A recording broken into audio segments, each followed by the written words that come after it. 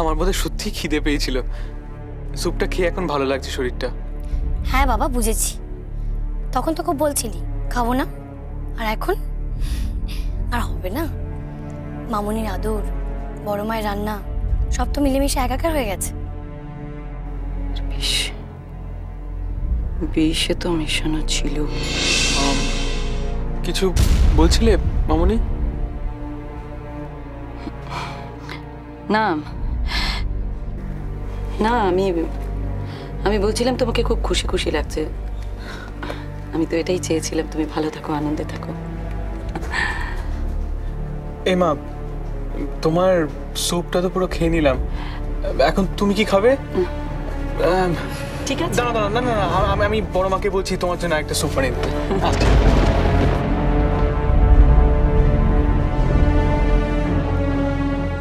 কি হলো ব্যাপারটা? বিষ সব গেল কোথায়? প্রথমে তো মনে হচ্ছিল বিষে কাজ হচ্ছে, আমি তো ভাবলাম আজই বোধহয়, কিন্তু তারপর রূপম কেমন যেন অদ্ভুত ভাবে, না না না না, এর আগে ওকে কখনো দেখিনি, কখনো না। তাহলে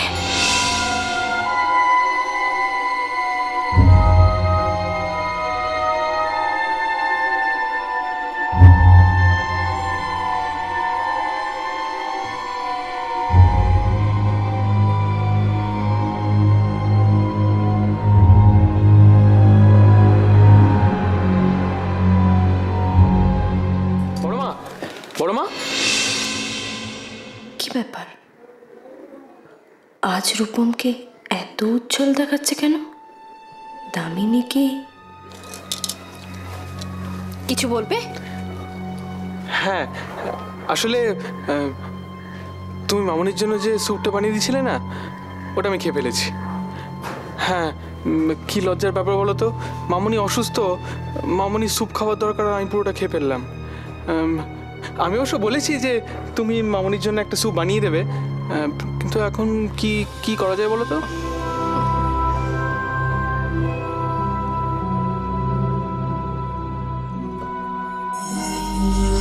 বাবা, কাল পর্যন্ত তো রূপম মামুনির নাম শুনলে একেবারে ভয় কুঁকড়ে যেত, আর আজকে কি এমন হলো যে দামিনী আর রূপমের এত ভাব? এমনি কি দামিনী রূপমকে সব খাবার খাইয়ে দিল? না না, এর পেছনে নিশ্চয়ই কোনো কারণ আছে। বেশ করেছো, খেয়েছো।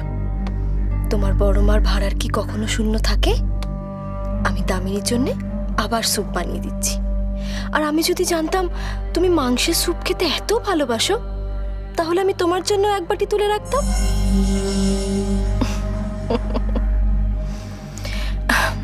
রূপম, তোমার জেঠুমনি অনেকক্ষণ ধরে ব্যবসার কাগজপত্র নিয়ে তোমার জন্য অপেক্ষা করছেন বাবা। তুমি আর দেরি করো না। তুমি তো জানোই তোমার জেঠুমনি সব সময় তোমাকে ব্যবসার কাজে সাহায্য করেন। ওই কাগজপত্রগুলোতে সই না করলে ব্যবসার চেয়ে অনেক বড় ক্ষতি হয়ে যাবে রূপম। তুমি যাও, এক্ষুনি একবার যাও, কেমন? আমাকে এক্ষুনি যেতে হবে? হ্যাঁ বাবা, এক্ষুনি যেতে হবে। হ্যাঁ, আমি এক্ষুনি যাচ্ছি। যাও।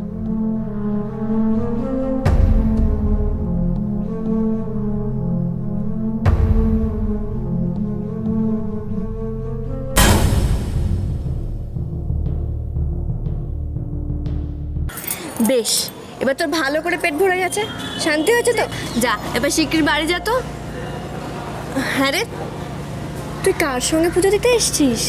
দূর, যে বলো না, আমি আবার পুজো দেবো কেন? আমি তো এই মন্দিরেই থাকি, প্রসাদ খাই। ওই যে বললাম না, আমার বড্ড খিদে পায়।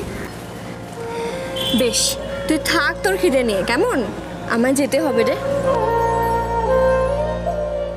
আমার পুজোটাও দেওয়া হলো না, না জানি কোন বিপদ অপেক্ষা করে আছে বাড়িতে। ও বাড়িতে মামুনি, বড় মা, জেঠুমনি আর সবার মাঝে ও একা। ওর কোনো বিপদ হলো না তো?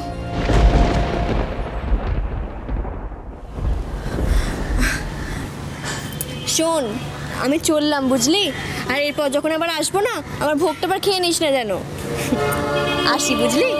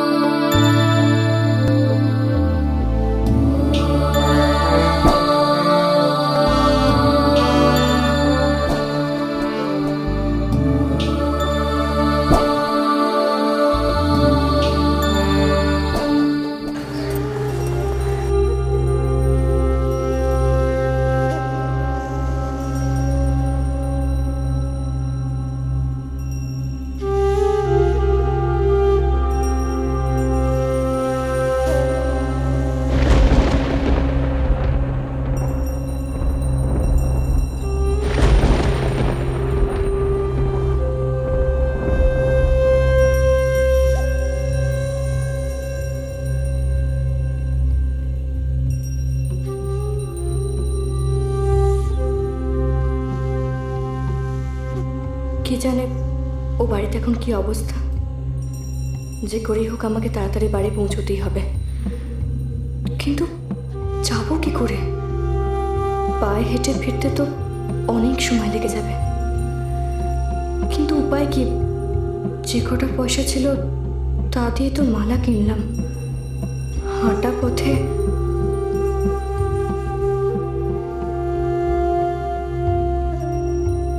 এ কি হলো? আমি এত তাড়াতাড়ি হাঁটছি অথচ পায়ে একটুও ব্যথা করছে না তো। তখন পায়ে অত জোরে কাঁটা বিঁধল, পা ফেললে যন্ত্রণা দাঁড়াতে পারছিলাম না। অথচ এখন তো কাঁটার চিহ্ন মাত্র নেই। এমনটা কি করে হলো?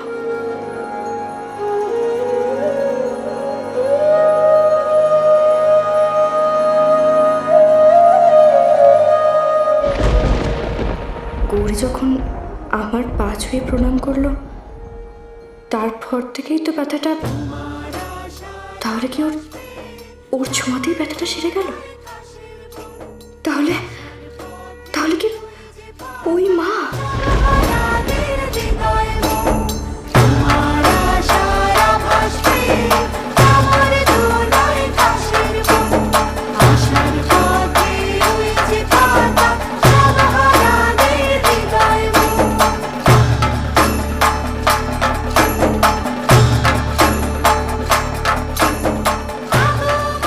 একদম পিছু নেবি না, আমার একদম পিছু নেবি না, বুঝতে পেরেছিস? যা এখান থেকে, যা একদম।